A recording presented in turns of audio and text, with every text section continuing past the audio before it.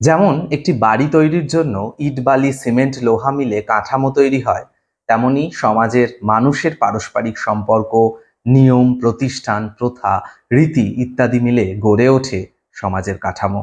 তো আজকে আমি আলোচনা করব সামাজিক কাঠামো কাকে বলে। সামাজিক কাঠামো হলো সমাজের বিভিন্ন প্রতিষ্ঠান, গোষ্ঠী, ভূমিকা ও মর্যাদার মধ্যে সম্পর্কের একটি স্থায়ী এবং সংগঠিত রূপ। বিভিন্ন সমাজতাত্ত্বিকরা কি বলছেন দেখে নেব।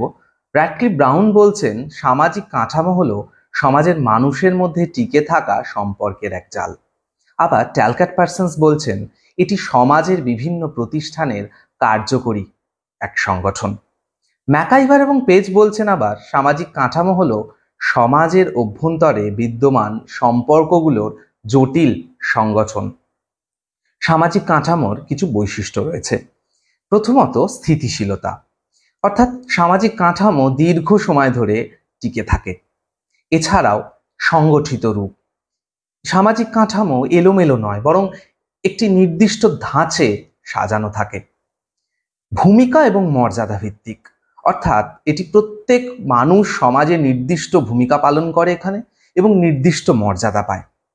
এছাড়াও এটি সমষ্টিগত, অর্থাৎ এটি কেবল ব্যক্তির নয়, পুরো সমাজের সংগঠনকে বোঝায়। এছাড়াও পরিবর্তনশীল, অর্থাৎ সামাজিক কাঠামো স্থায়ী হলেও সময়ের সাথে সাথে কিন্তু পরিবর্তন হয়, পরিবর্তিত হয়, যেমন যৌথ পরিবার থেকে একক পরিবারের রূপান্তর। কিছু উদাহরণ দেওয়া যাক, যেমন ভারতীয় সমাজে জাত ব্যবস্থা, কাস্ট সিস্টেম, অর্থাৎ জাত অনুসারে সামাজিক মর্যাদা, পেশা ও সম্পর্ক নির্ধারণ, এটাই সামাজিক কাঠামো। এছাড়াও পরিবার প্রতিষ্ঠান, অর্থাৎ বাবা মা সন্তানদের মধ্যে সম্পর্ক, দায়িত্ব ও কর্তব্যের ভাগাভাগি, এটিও সামাজিক কাঠামোর অংশ।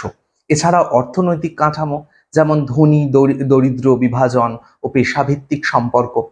তাহলে সহজ করে বলা চলে, সমাজের মানুষ, প্রতিষ্ঠান আর সম্পর্কের সংগঠিত রূপকেই বলে সামাজিক কাঠামো। এখন ভাবো তো তোমরা, তোমাদের পরিবার বা বন্ধুদের সম্পর্কের ধারণাটাও কি সামাজিক কাঠামোর অংশ নয়? অবশ্যই কমেন্টে কিন্তু লিখো তোমরা। এবং এমন আরো সহজ ব্যাখ্যা পেতে চাইলে ফলো করো আমার এই আনঅফিসিয়াল সোশিওলজি চ্যানেলটাকে। আজকের মতো ধন্যবাদ, টাটা, বাই বাই।